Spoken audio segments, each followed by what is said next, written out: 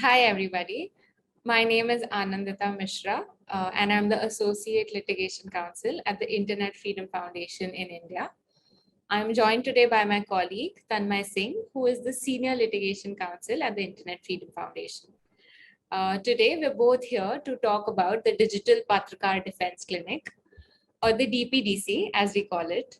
It is an initiative of the Internet Freedom Foundation, which was instituted in the month of September 2021 to provide pro bono legal aid to journalists. The initial impetus behind the project was to just do what we could do as a small group of 5 lawyers to help the journalist community in protecting their rights. The legal aid that we provide at the clinic varies from pre-publication guidance and risk exposure advice to pre-litigation legal advice to research and drafting assistance to legal representation. It basically runs across the length and life of an entire legal case. DPDC is the first pro bono legal aid clinic exclusively for journalists in India.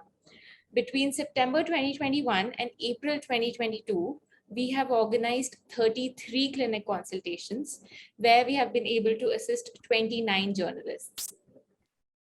While doing so, we've observed some very unique modes of reprisal, and that's something that we would like to discuss with you during this session.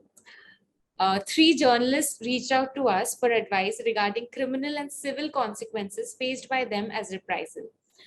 One was a reporter who extensively and critically covered the government's response to the COVID-19 situation in their district. They appeared to have been targeted by the same government officers who were in charge of the local COVID response in the area. The cases filed against the journalists were not on the basis of their journalistic work, but instead a thorough review of all their business ventures was conducted to file numerous cases against them. In another case, draconian preventive detention laws were seen to be applied to curtail the personal liberty of the journalists after they got released on bail with respect to other criminal cases, which were also filed against them on the basis of their reporting on the occurrence of violence in their area. In the third case, a journalist's private contract with an internationally recognized magazine was terminated after her previously authored report describing identity-based hate crimes and human rights violence occurring in India got published and shared on Twitter. There's a reasonable basis to guess that the termination was occasioned by the suggestion of government officials. We've also come across cases where content blocking on the internet is being used to induce a chilling effect on free speech. A journalist and a citizen journalist reached out to us because their website and their Twitter accounts were blocked for viewing in India. The website was a satirical commentary on the social evil of dowry prevalent in India, and it featured a dowry calculator. The Twitter account that was blocked, on the other hand, was only a personal account used for socio-political commentary on current affairs from time to time. Blocking of Twitter accounts has been on a rise in India. The fear is such that we've seen journalists seeking out advice from us before making statements about their work. A journalist who was not facing any legal action themselves was called to be a witness in another ongoing criminal trial, which related to a political leader in a conflict zone whom the journalist had interviewed 3 years ago. So they wanted advice on how they should proceed during their own testimony and how they should carefully make statements in the testimony. And from the clinic consultations, we've also observed that there's a growing concern in the journalist community about facing legal action. This is reflected from the fact that journalists have reached out to us to conduct a risk assessment of their stories even before they're submitted for publication.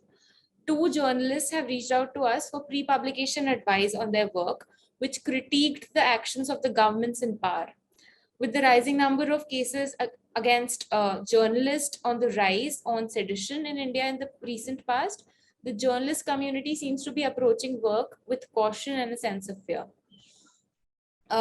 Defamation cases also were more in number than any other cases. 3 journalists reached out to us for advice against defamation suits and charges against them. The legal action against them stemmed from the articles that they'd written against powerful people which included a senior government officer, a politician, and one of the biggest conglomerates in India and the world, actually. Um, the legal clinic is run by very able lawyers, Abhinav Sekhri and Sanjana Srikumar, to whom we're immensely grateful. Now, after having told you what we saw at the clinic, I think I'd like to go a few steps back and tell you why all of us started this in the first place. And I think Tanmay is much better placed to answer that. Tanmay, over to you. Thanks, Anandita. I don't think anybody's better placed than you are, but I'll go ahead. Hi, everyone. I'm Tanmay. I'm the Senior Litigation Counsel at IFF, and I'm the Program Manager at DPDC. Now, we started DPDC in September of 2021 with help and support from MLDI. Now, the reasons why we started this is because we've seen that over the years, India has been slipping in the press freedom rankings. We've seen that journalists have started to face a lot of reprisals simply for doing their job, for their reporting, as Anandita would have made clear over the last few minutes or so. Now, the other thing that we noticed, one of the reasons that is contributing to this slippage of India's rankings is that journalists were cornered into silence due to legal threats and a lack of access to legal support. They don't have a specific one-stop shop that they can approach for their legal troubles. Now, through our work at DPDC, that's exactly what we're trying to do, which is to provide them a one-stop solution for any legal trouble that they have on free speech issues. We are trying to develop a culture of pro bono legal aid to support journalism in India by making a community of competent and driven lawyers who are committed towards working for this cause. Now, we're creating a systematic pan-India process, which will not only help journalists, but also bring lawyers together across the country who share our mission and want to provide this sort of pro bono legal aid in collaboration with each other. Now, as you can imagine, setting up a pro bono clinic from scratch, from the ground up, would have had its own challenges. Some of these challenges are unique to India. For example, under the Bar Council regulations here, lawyers in India are not allowed to advertise their services or solicit clients. There are good reasons for this, and it makes sense in the Indian context, but it does make it difficult for journalists who don't have access to our website or social media readily to know just about the existence of the clinic. This makes us heavily reliant on word of mouth. And to overcome this, we have partnered with several major media associations and journalist unions. There are several of them, and the process is slow. We usually reach out to them one at a time, try to demonstrate value, but we have been seeing a very good and welcoming response, which is encouraging. Even beyond this, beyond the Indian context, there are several challenges to setting up an initiative which has not been taken up before in the country.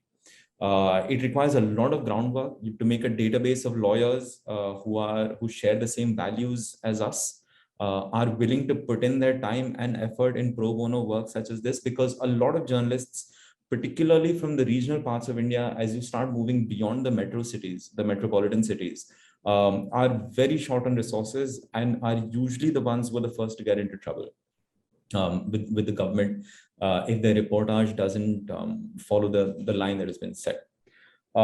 You also have to make a database of journalist organizations, because there are a lot of regional, local level, district level, state level, and national level journalist organizations and networks where they can help coordinate legal support for the individual journalist through the clinics such as ours, and other civil society organizations who may not necessarily be lawyers or journalists, but are working in the same space as us. So this involves a lot of reaching out, a lot of networking, a lot of value has to be demonstrated one by one. It involves taking risks. It involves a lot of review processes at every stage, because we are iterative, but this is something that has not been done before in India. And at the same time, we need to keep moving ahead. Some strategies work, some don't. We just have to keep going forward with an open mind and take our learnings with us. Now, over the last half year or so, we have gained a lot of insight into how to do this. We have a lot of learnings with us that we will be very happy to share with you if you or anybody in your networks is considering setting up a very similar clinic. Not necessarily in press freedom, it could be any other issue, but as long as the values and the ideas are similar, I think there's a lot that we can share. Similarly, if you or anybody in your networks has done this before and wouldn't mind sharing your learnings and experience with us, I strongly encourage you and invite you to reach out to us. I would be very happy to set up a chat where we could share some of our experiences. Thank you very much.